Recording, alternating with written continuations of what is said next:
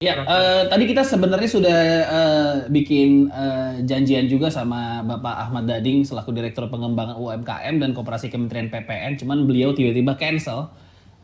Mungkin beliau yang lebih berkapabilitas untuk menjawab ini. Cuman saya mungkin bisa minta tanggapan ke Pak Jauhari soal masih kecilnya peran koperasi dalam pemulihan ekonomi di era new normal ini, Pak Jauhari. Apa masalahnya, Pak Jauhari?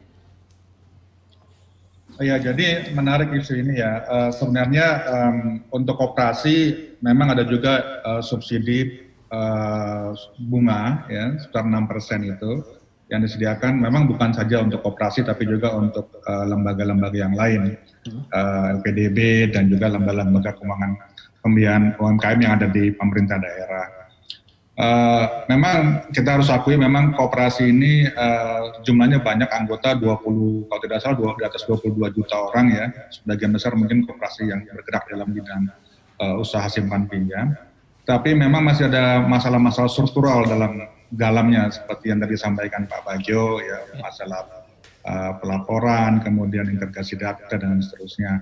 Jadi mungkin itu sehingga tadi tidak terlalu ya saya tidak mengatakan tidak, mungkin belum masuk secara lebih jelas atau belum menjadi satu target yang lebih spesifik.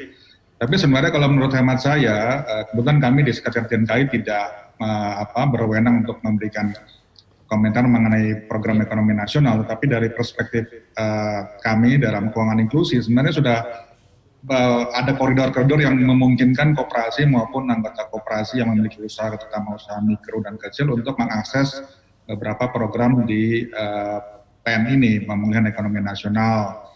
Karena tadi Pak Bagio mengatakan adanya fasilitas investasi ke beberapa bank, kemudian belum lama ini ada program penjaminan modal kerja.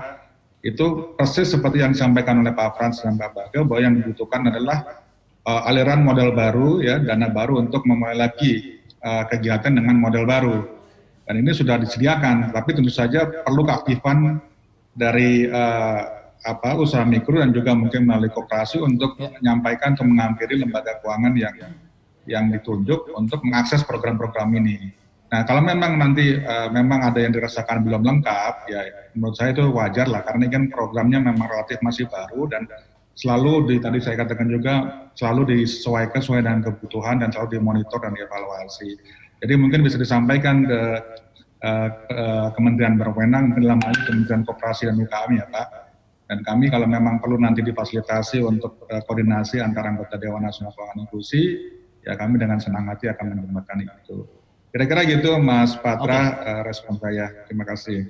Nah ini saya juga baca artikel dari tanggal 8 Juli kemarin, ada soal indikator ekonomi yang disebut oleh Pak Jokowi tentang prediksi ekonomi dunia. Ini dari Organisasi Kerjasama dan Pembangunan Ekonomi diprediksi mencapai minus 6-7,6%.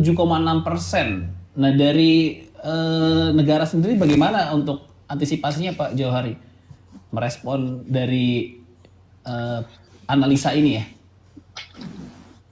Maksudnya untuk Indonesia gitu Mas Patra? Iya, untuk mengantisipasi terjadinya goncangan ekonomi dunia ini, prediksinya kan sampai 7,6% ini. Kalau ya sebenarnya goncangannya sudah terjadi gitu ya.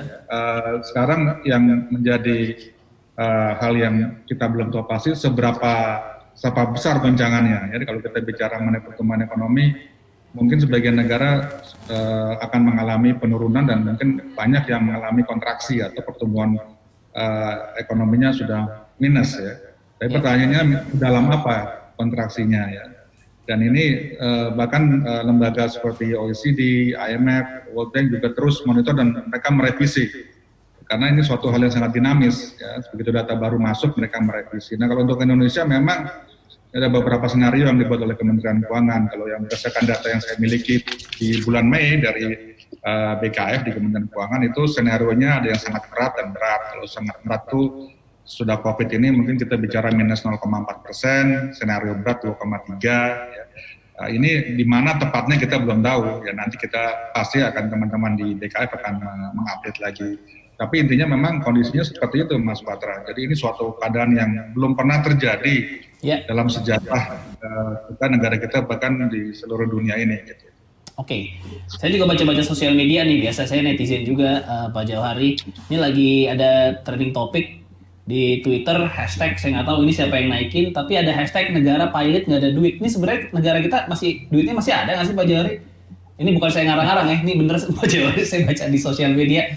Hashtag negara pilot nggak ada duit, ini negara sebenarnya punya uang nggak sih? Jangan-jangan anggaran nggak keserap tuh karena duitnya nggak ada.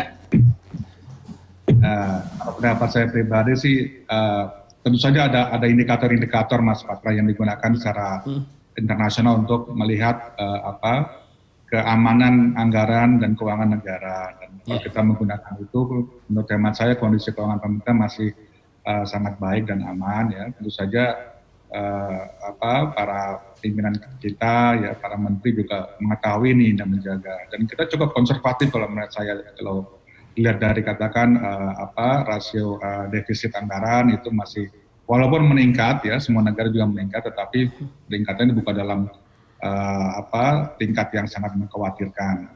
Kalau negara bangkrut itu saya rasa mungkin jarang sekali negara yang bangkrut ya, apalagi negara besar seperti Indonesia dengan jumlah natural resource yang begitu tinggi dan pengelolaan anggaran yang sangat prudent, hati-hati sejauh ini. Saya rasa tidak. Itu bisa dilihat dari nilai tukar dan juga biasanya indikator utama itu harga saham di bursa. Itu merupakan reaksi awal dari investor, karena pasti investor mencermati itu Mas Patra. Tiap hari mereka mencermati. Kalau mereka beranggapan begitu langsung kelihatan itu. Itu semacam leading indikator yang bisa dimuncul. Jadi saya rasa itu tidak benar. Terima kasih. Berarti ini netizen, saya balas dulu netizen pada so tau nih berarti Pak Jauhari. Ada duitnya. Sebentar. Ini saya juga mau nanya ke Mas Frans dan juga Mas Bagio sebenarnya. Kalau memang mengandalkan pemerintah, mungkin kita nggak bisa selamanya menyalahkan. Tapi apa yang perlu dilakukan oleh ekonomi rakyat sendiri dari para pelaku usahanya tanpa mengandalkan peran pemerintah ya, dari para pelaku usahanya, mungkin bisa ada tanggapan dan juga tips untuk UMKM dari Mas Frans dan juga Mas Bagio. Kita break dulu sebentar ya Mas Frans ya, dan Mas Bagio dan juga Pak Jauhari. Jangan kemana-mana, tetap di Generasi Mecin.